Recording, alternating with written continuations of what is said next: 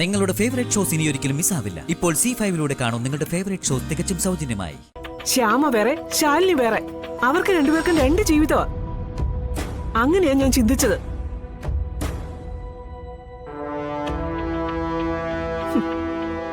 പക്ഷെ ഇവളങ്ങനെ ആയിരുന്നില്ല.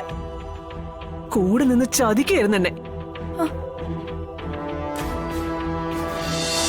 ഞാൻ പോയ മീറ്റിംഗിന്റെ വിശേഷം അറിയണ്ടേ രാഘവേട്ടന്? ജില്ലാ കളക്ടറുമായിട്ടായിരുന്നു മീറ്റിംഗ്.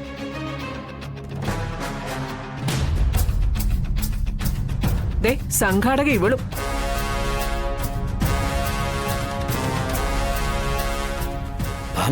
നീ എന്തായി പറയുന്നൊക്കെ? അമ്പലത്തിലേക്കല്ലേ അവര് പോയത്? അമ്പലത്തിലേക്കല്ല രാഘവേട്ട പോയത്. സ്നേഹം നടിച്ച് ശ്യാമ ഇവളെ കൂട്ടിക്കൊണ്ടു പോയത് അവളുടെ കളക്ടർ ചേച്ചിയുടെ അടുത്തേക്കാ.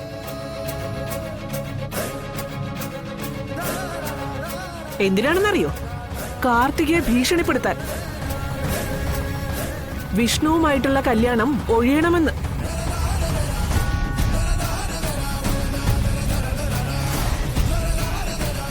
ഇല്ലാന്നുണ്ടെങ്കിലേ കളക്ടറമ്മ ഇവളെ പിടിച്ച് ജയിലിലടയ്ക്കൂന്ന്.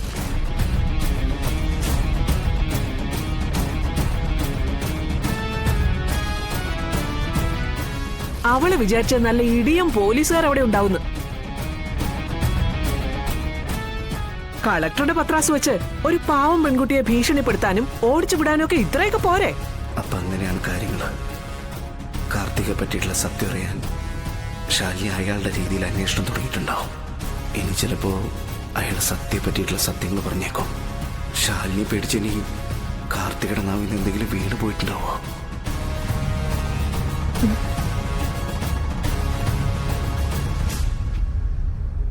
ഭാമേ, വിഷ്ണുവിന്റെ നന്മയെ കരുതി കാർത്തിക് ആരാ എന്തെന്ന് അറിയാൻ വേണ്ടി ശ്രമിച്ചതാവും ശാലിനി. ദേ, ഇവളെ കുറിച്ച് നമുക്കും കൂടുതലൊന്നും അറിയത്തില്ലല്ലോ. വിഷ്ണുവിന്റെ നന്മയെ കരുതി അന്വേഷണം നടത്താൻ ശാലിനി ആരാ? അവൾ ഇവിടുത്തെ ആരുമല്ല.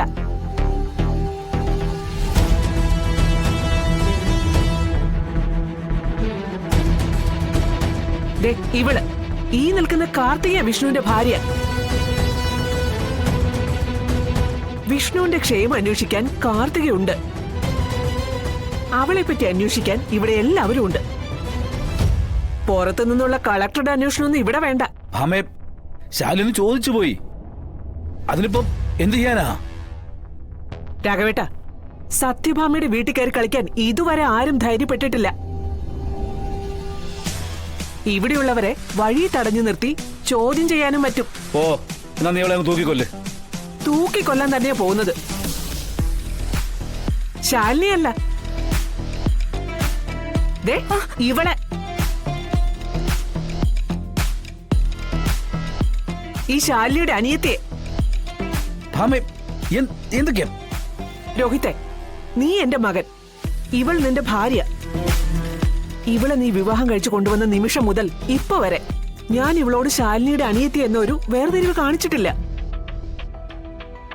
സ്നേഹക്കുറവോ സ്നേഹ കൂടുതലോ അങ്ങനെ ഞാൻ ഇവളെ കണ്ടിട്ടില്ല എന്നുള്ളതാണ് സത്യം. ശ്യാമ വേറെ, ശാലിനി വേറെ. അവർക്ക് രണ്ടുപേർക്കും രണ്ട് ജീവിതമാ. അങ്ങനെയാ ഞാൻ ചിന്തിച്ചത്.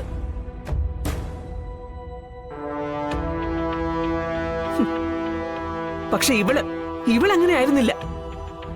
കൂടെ നിന്ന് ചതിക്കായിരുന്നു എന്നെ.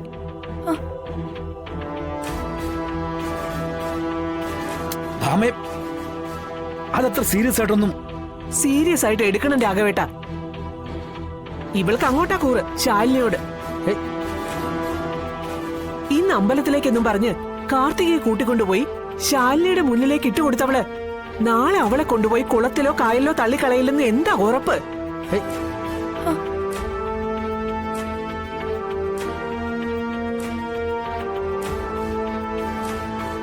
അതുകൊണ്ടേ തെറ്റ് ചെയ്തവള് ശിക്ഷ അനുഭവിക്കണം.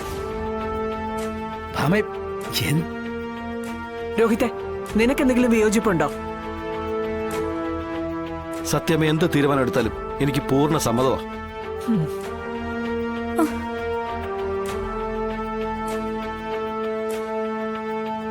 ശ്യാമേ, ശാലിനിയുമായോ അവളുടെ കുടുംബവുമായോ ഇനി യാതൊരു ബന്ധവും ഉണ്ടാവില്ലെന്ന് നീ ആരതിക്ക് മേൽ കൈവച്ച് സത്യം ചെയ്യണം.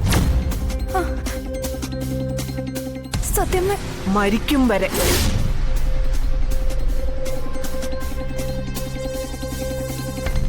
ഭാമേ, നീ എന്തൊക്കെയാ പറയുന്നേ? അവൾക്ക് സ്വന്തം വീട്ടുകാരുമായി ഒരു ബന്ധവും പാടില്ലെന്നോ? രാഘവേട്ട, ഇത്രയും കാലം ഞാൻ അങ്ങനെയൊന്നും പറഞ്ഞിട്ടില്ലല്ലോ. പറയേയില്ലായിരുന്നു. തെറ്റ് ചെയ്താൽ ശിക്ഷ അനുഭവിച്ചിരിക്കണം.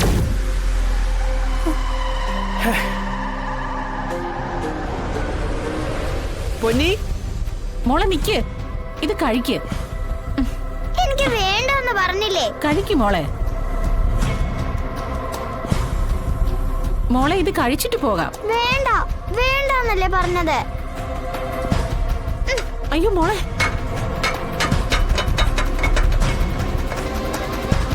അയ്യോ മോളെ.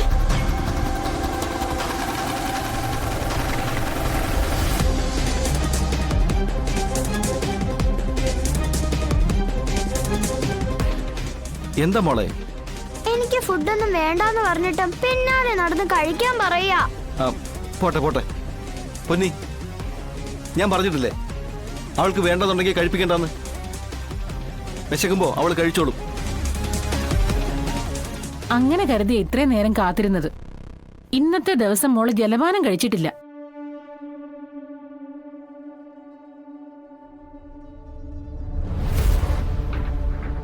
ഭക്ഷണം കൊണ്ട് ചെന്നപ്പോ വേണ്ടാന്ന്, വിശപ്പില്ലാന്ന്. ചോദിച്ചപ്പോ വിശന്നാല് സാരമില്ലാന്ന്.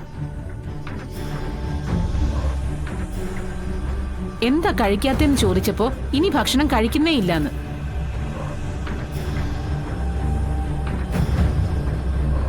ഞാൻ വാരി കൊടുക്കാൻ നോക്കിയപ്പോ പാത്രം തട്ടിയെറിയുകയും ചെയ്തു.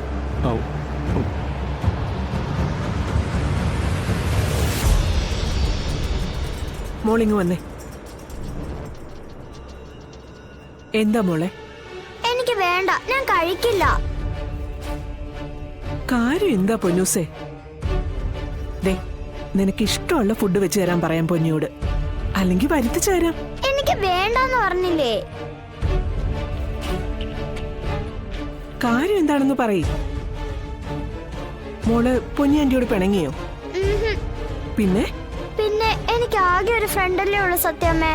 പിന്നെ എന്താ എനിക്ക് ആ ഫ്രണ്ടിനോട് ഫോണിൽ പോലും സംസാരിക്കാൻ പാടില്ലാത്ത?